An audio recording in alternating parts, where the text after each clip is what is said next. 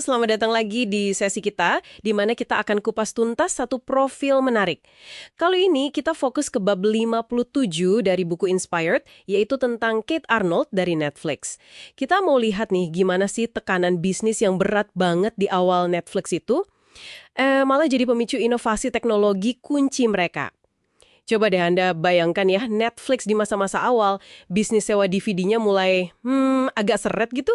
Terus ada penolakan dari Hollywood, masalah logistik pengiriman DVD, belum lagi kondisi finansial yang, kritis lah. Saking parahnya nih, Blockbuster aja nolak mentah-mentah tawaran akuisisi Netflix seharga $50 juta. Kebayangkan gentingnya? Iya, tekanan bisnisnya itu nyata banget. Di buku Inspired kan dijelasin tuh. Model bisnis sewa DVD berkeping itu udah jelas nggak bakal tahan lama. Mereka harus banget cari cara baru supaya pelanggan bisa nonton film terus, tapi perusahaan nggak bangkrut gara-gara biaya kirim DVD yang mahal. Nah, disinilah peran manajer produk jadi penting banget. Oke, mari kita bedah nih ya. Di tengah situasi kayak gitu, muncullah Kate Arnold. Dia kan manajer produk buat tim kecil yang dapat tugas berat ini. Pertanyaannya jadi bukan cuma gimana caranya survive, tapi lebih ke gimana kita bisa ubah total model bisnis ini, gitu kan? Nah, ini yang menarik nih. Cara timnya Kate Arnold, seperti yang diceritain di bab itu, mecahin akar masalahnya. Mereka sadar banget kalau kuncinya itu bukan cuma soal kirim DVD aja, tapi gimana caranya bikin pelanggan itu mau nonton kombinasi antara film baru yang mahal ongkosnya sama film-film lama dari katalog yang lebih murah. Ini penting banget buat ngontrol biaya pengiriman yang membengkak itu loh. Dan, dari kebutuhan yang mendesak banget ini, lahirlah inovasi teknologi yang kita semua kenal sekarang ya.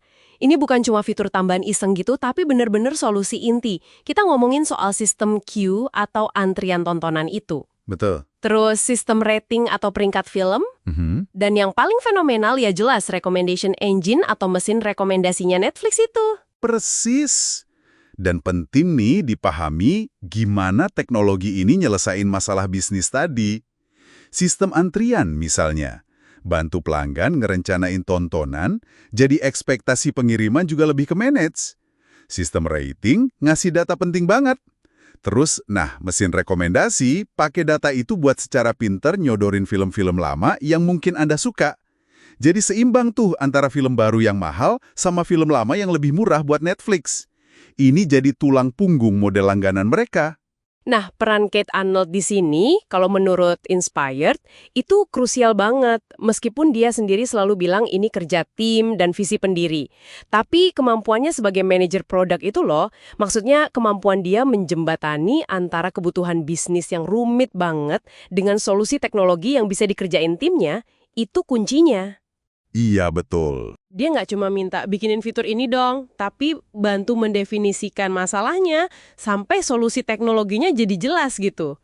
Kalau kita lihat gambaran besarnya ya, ini contoh klasik banget lah. Gimana? Kebutuhan adalah ibu dari penemuan. Necessity is the mother of invention, gitu kan? Justru tekanan finansial dan logistik yang gila-gilaan itu nggak bikin Netflix hancur, tapi malah maksa mereka mikir kreatif, out of the box, dan akhirnya melahirkan teknologi yang disruptif. Inovasi Netflix yang mengubah industri itu lahir dari masalah bisnis yang spesifik dan nyata banget. Jadi apa nih artinya buat Anda semua yang dengerin? Kisah Kate Arnold dan timnya ini nunjukin betapa kuatnya peran seorang manajer produk. Manajer produk yang nggak cuma ngerti teknologi, tapi benar-benar nyelam ke dalam masalah bisnis sampai ke akarnya. Mereka nggak cuma bikin fitur keren aja, tapi benar-benar bangun fondasi teknologi buat model bisnis yang baru sama sekali. Pelajaran pentingnya menurut saya adalah gimana keterbatasan itu justru bisa jadi katalisator inovasi yang paling kuat. Tanpa tekanan finansial dan operasional seberat itu, mungkin Netflix nggak akan jadi raksasa streaming kayak sekarang ini. Jangan lupa loh, pas buku Inspired ini ditulis, Blockbuster yang dulu nolak beli Netflix udah bangkrut. Sementara Netflix, nilainya udah lebih dari $40 miliar. Kontras banget kan? Nah, sebagai penutup nih, coba deh Anda renungkan sejenak. Dalam produk atau layanan digital yang Anda pakai sehari-hari, pernah nggak kepikiran soal inovasi teknologi yang tersembunyi di baliknya?